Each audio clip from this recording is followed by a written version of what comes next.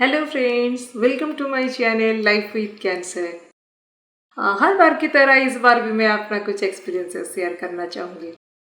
और ये कुछ ऐसी वैसी एक्सपीरियंस नहीं है, एक कोई स्पेशल एक्सपीरियंस है जो सिर्फ कैंसर पेशेंट ही फेस करते हैं और एक्सपीरियंस करते हैं।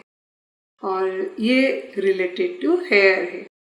जब कोई किसी को कैंसर होता है तो कैंसर पेशेंट को पता लगता है कि केमोथेरेपी के बाद बाल निकल जाएंगे, तो वो बहुत टेंशन में आ जाते हैं कि क्या करूँ मैं सारे बाल निकल जाएंगे तो मैं कैसे दिखूंगी, अब अगली दिखूंगी। ये तो ऐसा ही फीलिंग्स आता है।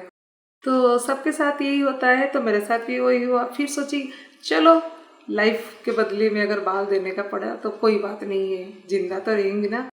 तो फिर बाल तो उग जाएंगे, ये भी पता था कि ट्रीटमेंट ख़त्म हो जाएगा, फिर उसके बाद बाल निकलने शुरू हो जाएंगे। तो फिर मैं ठान ली कि हाँ 2-4 महीने के बाद है, क्या है देखा जाएगा। और सच में मेरा बाल निकल गए। जब निकल गए तो ज़्यादा कुछ फ़र्क नहीं लगा, खुद को बहुत क्या हल्का लगा। ना कंघी करने का था, ना उसको शैम्पू करने का था, कुछ नहीं। और नहाने का बहुत ईजी हो गया था।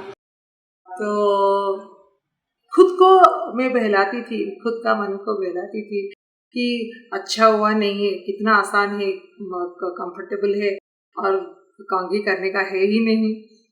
और पसीना जो होता है तो चीड़ लगता है, वो उसका भी चांसेस नहीं था। लेकिन घर से जब निकलती थी बाहर तो लोग झट से पहचान लेते थे कि ये कैंसर पेशेंट ही है।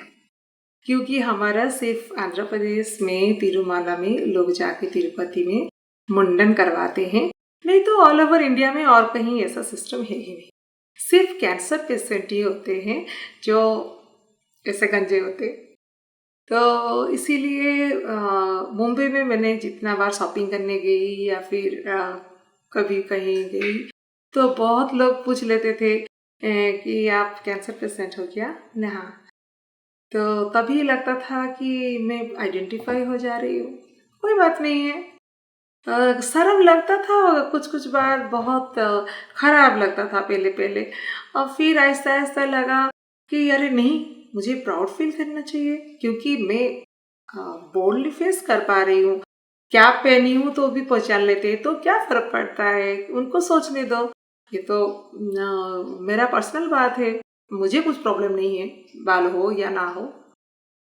तो इसीलिए मैं खुद को मजबूत बना दी। उसके बाद मुझे कुछ फील ही नहीं हुआ।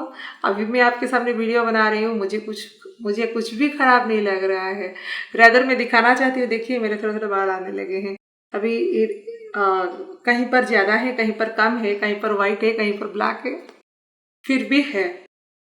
और ये बहुत जल्दी उगते हैं और भर जाते हैं बहुत जल्दी, क्योंकि बोलते हैं कि मुंह और के दौरान जो सारे मेडिसिन वगैरह, प्रोटीन वगैरह हम लिए होते हैं, उसके साइड इफेक्ट्स में बहुत कम दिन में बाल हो जाते हैं। और जब बाल नहीं था, अभी नहीं है, तो रिलेटिव्स और फ्रेंड्स जो फोन करते पहले पूछते हैं बाल चले गए थे जो, वो फिर आए कि नहीं। मतलब उनको ज्यादा फिक्र है मेरी बालों की। क्या करें, ठीक है, उनका क्यूरियोसिटी है। क्योंकि हमारे यहाँ तो जनरल लेडीज कभी मुंडन करवाते नहीं है कि हम लोग का जो हिंदुइज्म में है, किसी का डेथ होता है तो फैमिली में तो सारे जेंट्स पर्सन ही मुंडन करवाते हैं, लेडीज नहीं करवाते हैं। तो ये थोड़ा अनकॉमन सिचुएशन है। तो मैं बोलना चाहूँगी कि आप कभी भी कोई चीज़ को लेके इतना ज़्यादा सीरियस मत होइए। मैंने देखा है किसी का टांग नहीं है, किसी का हाथ नहीं है, सोचिए आप कितना तकलीफ से गुजर रहे हैं।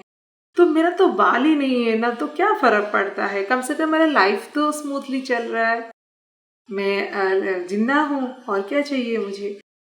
तो मेरा मैसेज यही है आप सबको, ज़्यादा मत सोचिए। जैसे आप दिखते हैं अच्छे ही दिखते हैं, और मुझे पता है जैसी मैं दिखती हूँ अच्छी ही दिखती हूँ। आई थिंक मेरा वीडियो पसंद आया होगा आपको। Please like, share and subscribe my channel. खुश रहिए, मस्त रहिए and take care. Let's talk about love. Tell me what do you like? Tell me where do you